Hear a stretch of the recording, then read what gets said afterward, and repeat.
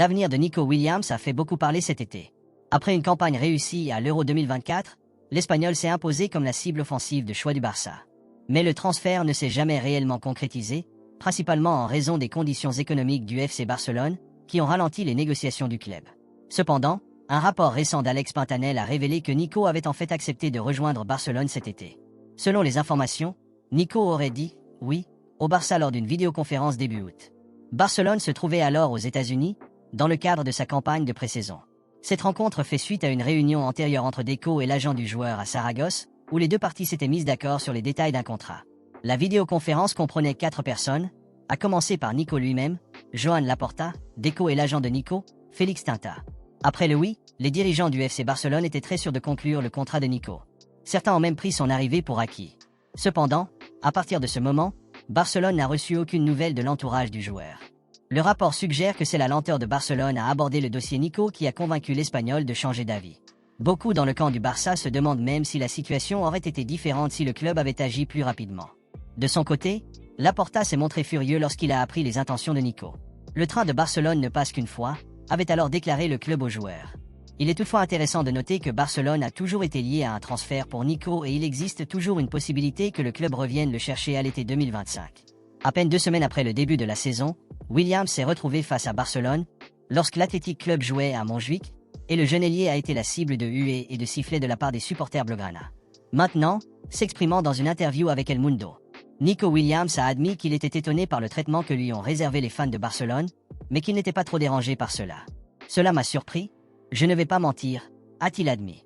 Williams a ajouté qu'il n'y accordait pas beaucoup d'importance, tout en déclarant qu'il s'agissait d'un phénomène normal dans le football dans les stades extérieurs, déclarant « Quand on va à l'extérieur, il est courant de se faire siffler, mais cette fois-ci, c'était personnel. Ce n'est pas grave, je pense que c'est aussi amusant, tant qu'il n'y a pas d'insulte. Se faire siffler, c'est l'essence même du football, et je le gère plutôt bien. » Comme je l'ai dit précédemment, Nico a été fortement lié à un transfert à Barcelone tout au long de l'été tandis que d'autres clubs comme Arsenal et Chelsea étaient également intéressés. Réfléchissant à toutes les spéculations et à sa décision finale de rester avec l'Athletic Club, le joueur de 22 ans a déclaré « Au final, il faut vivre avec ça. Le football fonctionne comme ça, avec beaucoup d'intérêt de la part des clubs, des médias, des joueurs. Il y a toujours du bruit. Je continue à faire le même travail que j'ai fait jusqu'à présent. Il y a eu des moments difficiles. On s'arrête pour réfléchir à de nombreux scénarios, et c'est difficile, mais j'ai une famille et des amis incroyables qui me soutiennent. Je veux penser que cela ne m'arrivera pas chaque été. » De retour à Barcelone après avoir subi un coup alors qu'il était en déplacement avec l'équipe nationale espagnole, Lamine Yamal souffre d'une tension aux échejambiers. Le Barça a effectué des tests sur son prodige de 17 ans plus tôt dans la journée et a désormais confirmé le diagnostic, sans toutefois donner de calendrier précis pour son retour. Les examens effectués ce matin sur Lamine Yamal ont confirmé qu'il souffre d'une déchirure des échejambiers de la cuisse gauche. Le moment du retour à l'entraînement sera marqué par son évolution, peut-on lire dans le communiqué du club. Yamal a été aperçu en train de boiter après le match de l'Espagne en Ligue des Nations de l'UEFA contre le Danemark, suscitant des inquiétudes à Barcelone. Bien qu'aucune blessure n'ait été révélée, la surcharge musculaire a été suffisante pour que le club demande sa libération du camp de l'équipe nationale. La légère tension au niveau de son ischio-jambier gauche étant désormais confirmée, la disponibilité de Yamal pour le match de dimanche contre Séville serait incertaine. Même s'il est en forme, il est probable que Hansi Flick choisisse de prendre des précautions avec l'attaquant, étant donné que Barcelone affrontera le Bayern Munich et le Real Madrid la semaine prochaine. Ce n'est un secret pour personne que l'ancien défenseur du FC Barcelone, Oscar Mingueza, a connu une saison florissante au Celta Vigo.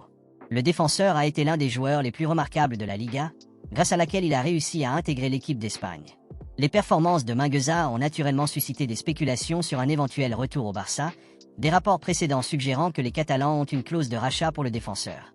Le directeur du Celta Vigo, Marco Garcés, a récemment précisé que même si le Barça ne dispose pas d'une option de rachat pour Mingueza, il dispose d'un droit de préemption et d'une clause de revente future de 50%.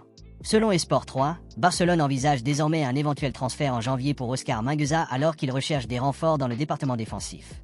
L'ancien joueur de la Masia, âgé de 25 ans, a excellé au Celta cette saison, marquant 2 buts et réalisant 4 passes décisives en 8 matchs. La polyvalence de Mingueza a brillé puisqu'il a excellé comme arrière droit, arrière gauche et dans des positions d'arrière latérale sur les 2 flancs tandis qu'il est également capable de jouer en demi-centre. Cette polyvalence, associée à son profil physique, en fait un prospect attrayant pour l'entraîneur barcelonais Hansi Flick, qui cherche à renforcer ses options sur les flancs et à couvrir Jules Koundé.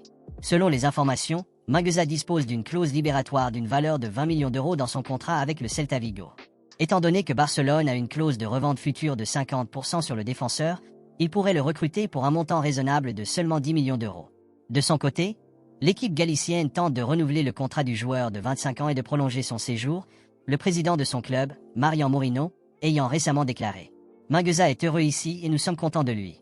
Il s'agit de s'asseoir le moment venu. » Le fait que Barcelone ait un pourcentage sur une future vente est une chose courante, pas seulement avec Mingueza, et cela devient de plus en plus la norme. Cela ne nous limite ni ne nous favorise, ni ne nous prive de rien. Ce que nous voulons, c'est qu'il reste ici pour longtemps. À l'approche de la période des transferts d'hiver, tous les regards seront tournés vers l'avenir de Mingueza, Barcelone envisageant un transfert pour son ancien produit de l'académie qui a prospéré depuis son départ du Camp Nou. Le retour 6-1 de Barcelone sur le PSG restera à jamais l'un des moments les plus emblématiques de l'histoire du football et c'est à juste titre que la carrière d'entraîneur de l'époque, Luis Enrique, a atteint son apogée. La confiance était alors visible de part et d'autre, puisque la légende barcelonaise affirmait lors de sa conférence de presse que son équipe était capable de marquer 6 buts contre les Parisiens, et c'est ce qu'elle a fait contre toute attente. Tout comme il a suscité et insufflé de la confiance à son équipe de Barcelone il y a des années, Enrique a fait de même lorsqu'il entraînait le PSG contre les Blaugrana en Ligue des Champions de l'UEFA. Même si on ne peut pas lui reprocher de s'être contenté de faire ce que son travail lui demandait, il est cinglant de voir les mots qu'il a eus pour agacer son équipe contre le club qui lui a tout donné, comme le révèle un documentaire via Sport. Comme on le voit dans le documentaire, on peut voir Enrique motiver son équipe à revenir contre les Catalans malgré la défaite du match aller au Parc des Princes la saison dernière. Après le match, il n'a pas bronché en affirmant que Barcelone n'aurait pas battu son équipe en aucune circonstance ce jour-là. Il n'allait pas nous battre ni avec 11 ni avec 12, a-t-il déclaré. Il va sans dire que c'est une exagération, car Barcelone était clairement aux commandes avant le carton rouge de Ronald Araujo et avait même un avantage de 2 buts. On peut également voir dans le même épisode sa critique du Barcelone de Xavi et de son style défensif avant le match. Le Barça accumule beaucoup de joueurs dans la surface, et le bord de la surface est toujours vide, a remarqué Lucho. Ils défendent par accumulation, mais ils n'ont pas la qualité pour défendre, a-t-il ajouté sans pitié. La célébration par Enrique de la victoire du PSG sur Barcelone a créé d'énormes divisions sur les réseaux sociaux étant donné l'histoire du manager avec les Blaugrana en tant qu'entraîneur et joueur. Je célèbre le 4-1 à la 90e minute, je célèbre le fait d'être en demi-finale. La seule chose qui manquerait, c'est que je ne puisse pas célébrer ça, a-t-il déclaré après le match, affirmant sa loyauté envers le club mais son respect pour ses employeurs. Rafinha a réalisé un excellent début de saison au FC Barcelone sous la direction du nouvel entraîneur Hansi Flick. D'avoir été lié à un départ au début de l'été pour devenir l'un des capitaines du club et l'un des lieutenants les plus fiables du manager sur le terrain, l'ailier de 27 ans a changé sa situation de façon spectaculaire. Après avoir été étonnamment laissé de côté dans la sélection nationale du Brésil le mois dernier, Rafinha a réussi à revenir dans l'équipe pendant la pause internationale en cours. En fait, Mundo Deportivo rapporte que Rafinha est désormais considéré comme un intouchable dans l'équipe par le sélectionneur brésilien Dorival Junior. Cette information fait suite aux propos controversés du président brésilien Lula da Silva, qui s'est prononcé vendredi contre la convocation d'internationaux évoluant à l'étranger, comme Rafinha, Vinicius ou Rodrigo, car ils ne sont ni Romario ni Garrincha. Même si da Silva pourrait voir les choses de cette façon, il n'y a pas de débat au sein du camp de la Seleção concernant le statut de Rafinha et son inclusion dans la formation de départ pour leur prochain match de qualification pour la Coupe du Monde de la FIFA 2026 contre le Pérou. L'ailier est intouchable pour l'entraîneur Dorival, qui reconnaît son excellente forme au FC Barcelone. La semaine dernière, des rapports ont émergé affirmant que Dorival Junior allait prendre une page du livre de Hansi Flick et déployer Rafinha comme milieu offensif central, ce qu'il a fait lors du match contre le Chili. Cependant, désormais, selon le rapport susmentionné, le manager brésilien prévoit de déplacer Rafinha vers le flanc droit, son poste de niche mais un rôle qu'il ne joue plus à Barcelone cette saison. L'ancien joueur de Leeds United, âgé de 27 ans, a inscrit 6 buts et délivré 6 passes décisives en 11 matchs avec le Barça cette saison et aspire également à traduire cette forme au niveau international. Rafinha a déjà admis qu'il se sentait plus à l'aise en jouant sur l'aile droite et qu'un retour à ce rôle contre le Pérou pourrait lui permettre de produire les meilleures performances pour le Brésil. Laisse un like et abonne-toi pour plus d'actualités Barça. Merci à ceux qui s'abonnent, qui likent et commentent quotidiennement. Merci pour la force.